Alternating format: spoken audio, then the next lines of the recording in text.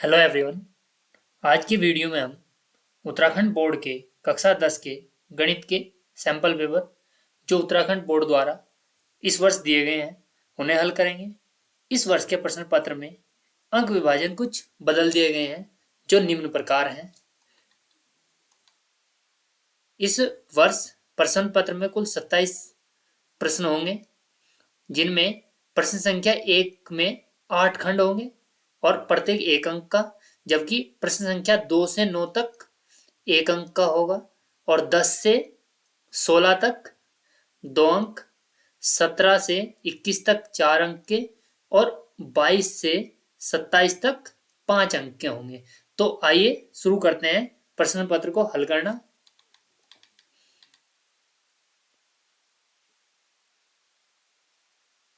प्रश्न संख्या 1 का प्रथम खंड है, निम्न में से कौन सी संख्या परिमेय संख्या है? Which of the following is a rational number. तो अब हम इन्हें चेक करते हैं, क्योंकि हम जानते हैं जो रेशनल नंबर होते हैं वो पी अपॉन क्यू की फॉर्म में होंगे और पी और क्यू क्या होंगे? हमारे पूर्णांक होंगे। यदि हम √3 को चेक करें तो √3/1 ये यहाँ पर हमारे पूर्णांक नहीं है, यानी कि इंटीजर नहीं है, जबकि पी अपॉन क्यू की फॉर्म में लिखा जा रहा है। इसका मतलब ये हमारी इरेशनल नंबर है, यानी कि अपरिमेय संख्या है। अंडर रूट 4 को हम लिख सकते हैं 2 और 2 को लिख सकते हैं 2/1। ये भी पूर्णांक है, ये भी पूर्णांक है, यानी कि ये परिमेय संख्या की सभी कंडीशन को सेटिस्फाई करता है। तो इसका मतलब जो इसका हमारा सही आंसर है वो है बी आंसर, √4। पाई भी अपरिमेय संख्या होती है और 2 + √5, चूंकि √5 अपरिमेय है तो इसका मतलब 2 + √5 भी अपरिमेय है। तो इसका सही आंसर है अंडर रूट 4 जो कि 2 होगा। सेकेंड पार्ट है, समांतर श्रेणी 4, 10, 16, 22 का अगला पद कौन सा होगा? अगर हम देखें the next term of arithmetic progression 4, 10, 16, 22 will be. तो 4, 10, 16, 22 अगर हम यहाँ पर कॉमन डिफरेंस यानी कि सर्वांतर ज्ञात करें तो यहाँ से सर्वांतर हमारे पास होगा 10 - 4 अर्थात 6, यानी कि प्रत्येक टर्म में 6 का डिफरेंस है। तो 22 + 6 यानी कि 28। तो इसका सही आंसर है बी। थर्ड पार्ट है, यदि बहुपद 2x² + x + k का शून्यांक 3 है तो k का मान होगा। If the zero polynomial 2x² + x + k is 3 then value of k का वैल्यू क्या होगा? अगर k इसका शून्यांक है इस बहुपद का, तो इस 3 को x की जगह अगर रखेंगे तो इसका वैल्यू क्या करेगा? ये 0 करेगा। तो 2x² + x + k, यदि हम इसमें 3 रखते हैं तो 2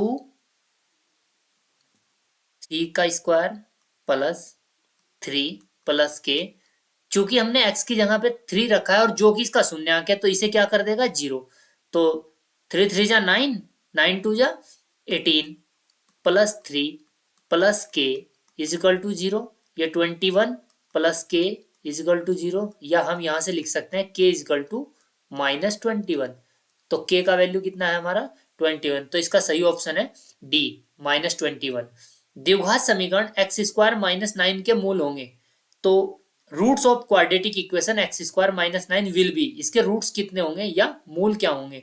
तो x² - 9 इसे हम लिख सकते हैं x² - 3 का स्क्वायर, और इसमें एक आइडेंटिटी लगाएं, a² - b² a - b और a + b।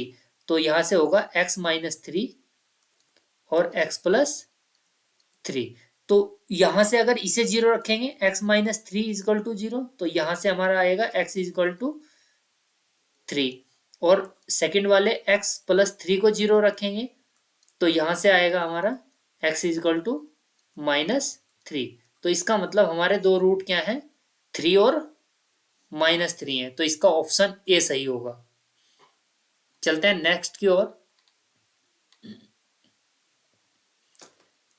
यदि फिफ्थ पार्ट है, यदि sin a 3/4 तो tan a का मान क्या होगा? If sin a 3/4 then value of 10a will be, क्योंकि साइन ए का वैल्यू हमें दिया हुआ है 3/4।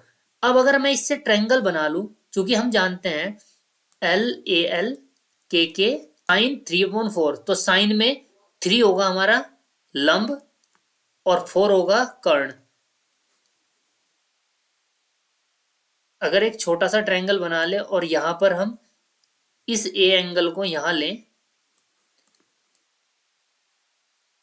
तो लंब हमारा होगा 3, यानी कि ये 3 है और कर्ण कितना है 4।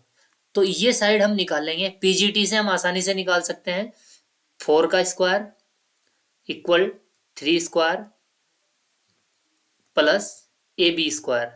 तो ये होगा 16, 3 3 जा 9 इधर आ जाएगा और ये बचेगा AB स्क्वायर, और AB इजकल टू आ जाएगा √7, क्योंकि 16 - 9 7 और अंडर रूट लेंगे तो AB कितना होगा √7, अर्थात ये √7 है। और 10 का वैल्यू निकालना है लंब बटे आधार, यानी कि लंब है हमारा 3 और आधार है √7, तो 10a का जो वैल्यू होगा वो 3/√7 होगा। तो इसका सही ऑप्शन है सी। नेक्स्ट है 6 क्वेश्चन, बिंदु 6, -4 की x अक्ष से दूरी होगी, the distance of the point 6, -4 from x axis will be. क्योंकि हम जानते हैं कोऑर्डिनेट एक्सिस यानी कि x एक्सिस ऐसे बनेंगे, और अगर यहां पर मैं मूल बिंदु लूं, ये पॉइंट हमारा कौन से कोऑर्डिनेट में होगा, ये हमारा होगा थर्ड कोऑर्डिनेट में, सॉरी ये हमारा होगा फोर्थ क्वाड्रेंट में। फोर्थ क्वाड्रेंट में यानी कि x एक्सिस पे 4 6 है, मान लो यहां तक 6 है और यहां तक ये 4 है, इन्हें हम डिवाइड करते हैं 1 2 3 4 5 6, 1 2 3 4, तो इसका मतलब ये हुआ यहां पर 6, -4। तो अभी उसने पूछा x एक्सिस से डिस्टेंस क्या होगी, अगर x एक्सिस से इसकी डिस्टेंस देखें तो ये होगी, और ये डिस्टेंस कितनी है यहाँ पर -4, तो इसका सही आंसर होगा बी -4।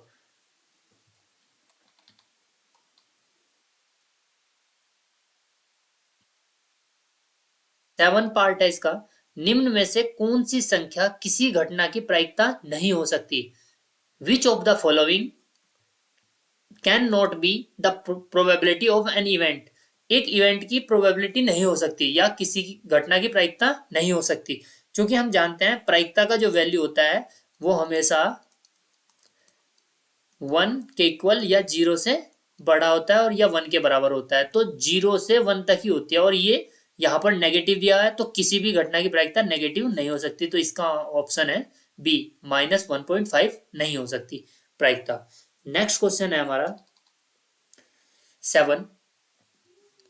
8 सॉरी, एक बिंदु Q से एक वृत्त पर स्पर्श रेखा की लंबाई 24 सेंटीमीटर तथा Q की केंद्र से दूरी 25 सेंटीमीटर है, वृत्त की त्रिज्या ज्ञात कीजिए।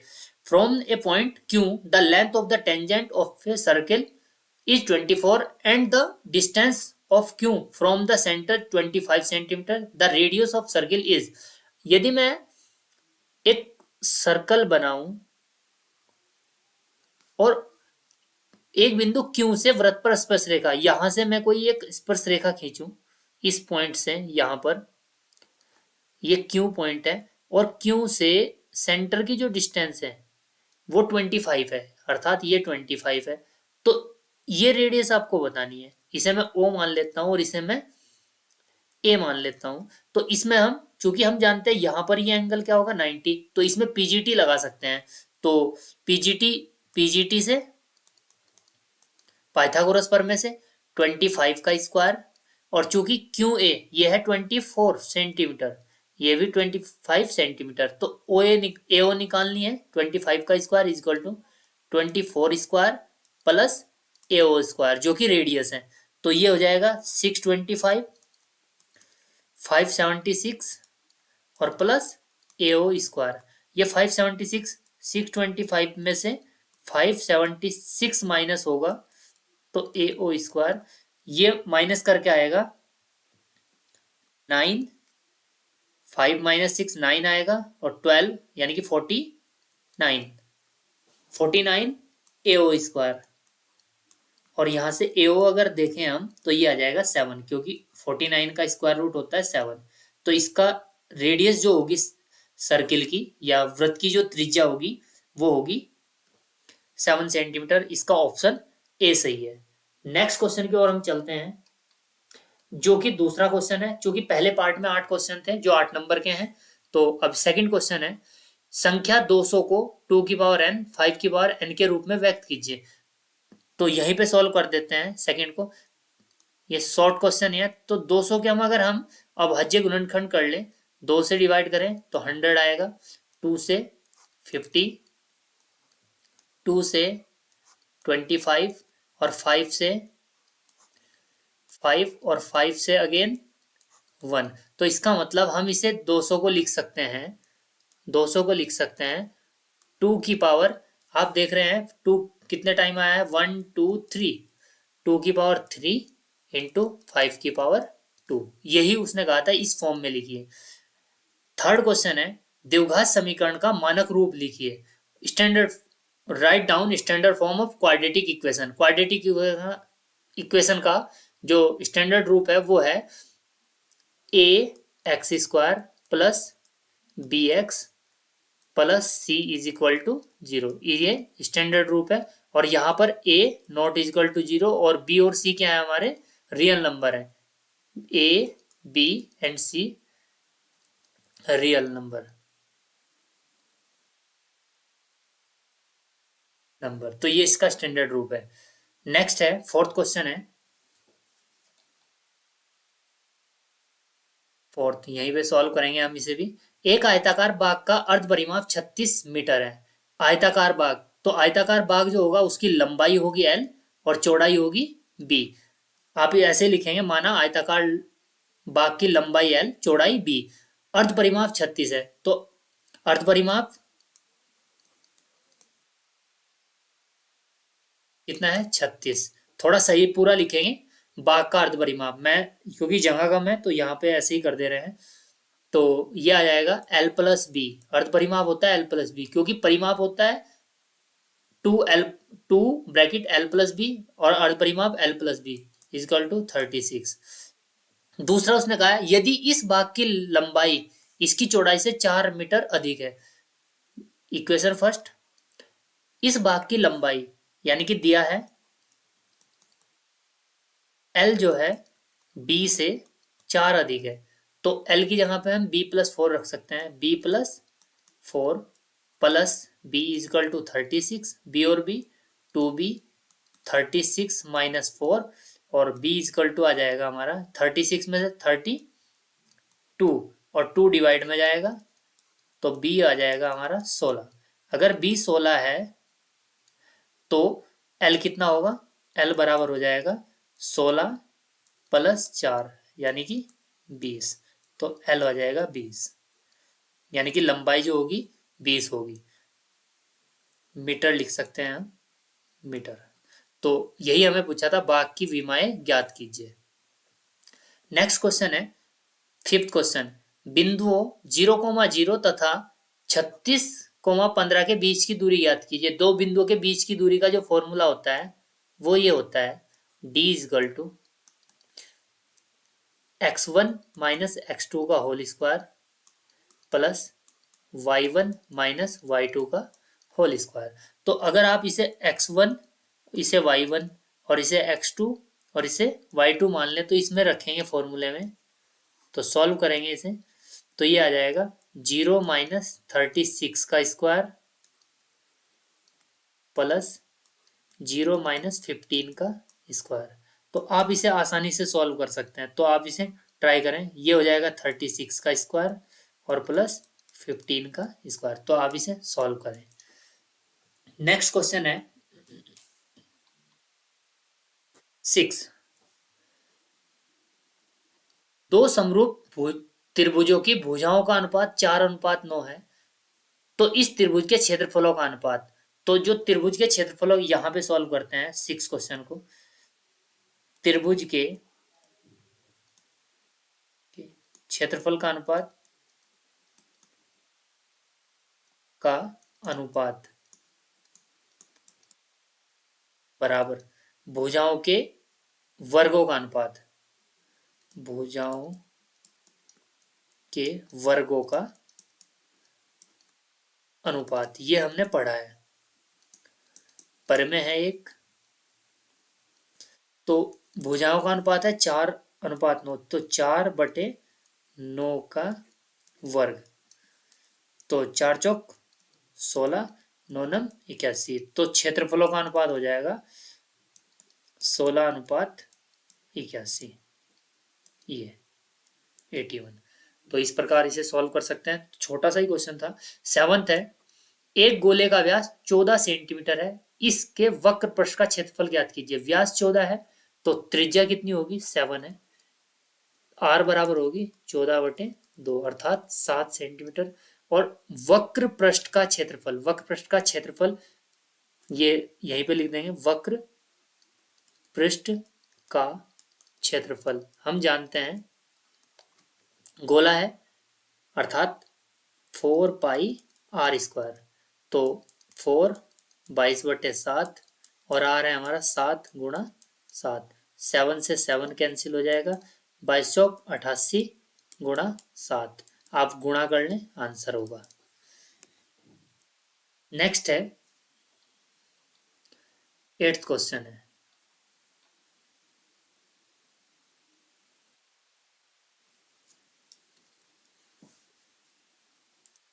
यदि 1 2 x 3 तथा 4 का माध्य 2 है तो x का मान ज्ञात कीजिए। माध्य हम जानते हैं, माध्य माध्य बराबर होता है आंकड़ों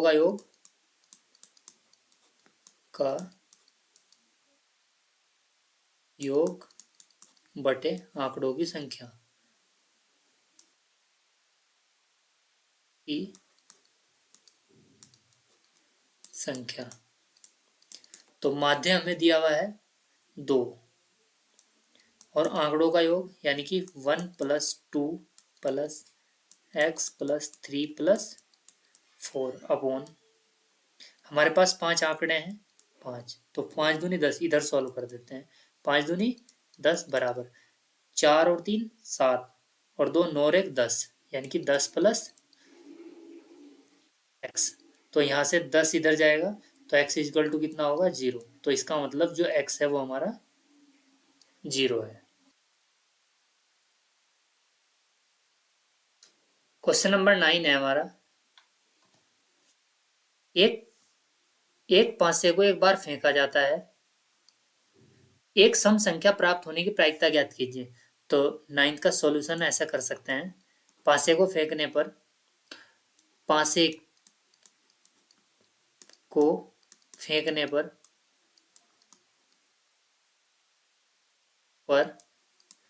कुल परिणाम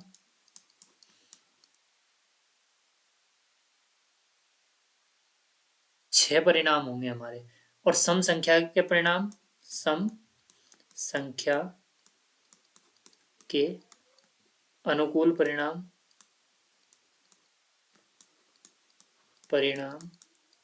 वो हमारे पास होंगे 3। कौन कौन से होंगे, वो होंगे 2 होगा, 4 होगा और 6 होगा। ये जो 2 सम परिणाम है वो 3 होंगे। तो सम संख्या आने की प्रायिकता, फॉर्मूला मैं नहीं लिख रहा हूं, आप फॉर्मूला लिख सकते हैं, अनुकूल परिणाम बटे संभव परिणाम, यानी कि अनुकूल परिणाम 3 है और संभव परिणाम हमारा 6 है, तो 3 2 जा 6, यानी कि 1/2। तो इस प्रकार इस क्वेश्चन को सॉल्व कर सकते हैं। आज हमने 1 अंक वाले सभी क्वेश्चन सॉल्व किए हैं। नेक्स्ट वीडियो में हम इससे आगे के पार्ट को सॉल्व करेंगे। धन्यवाद।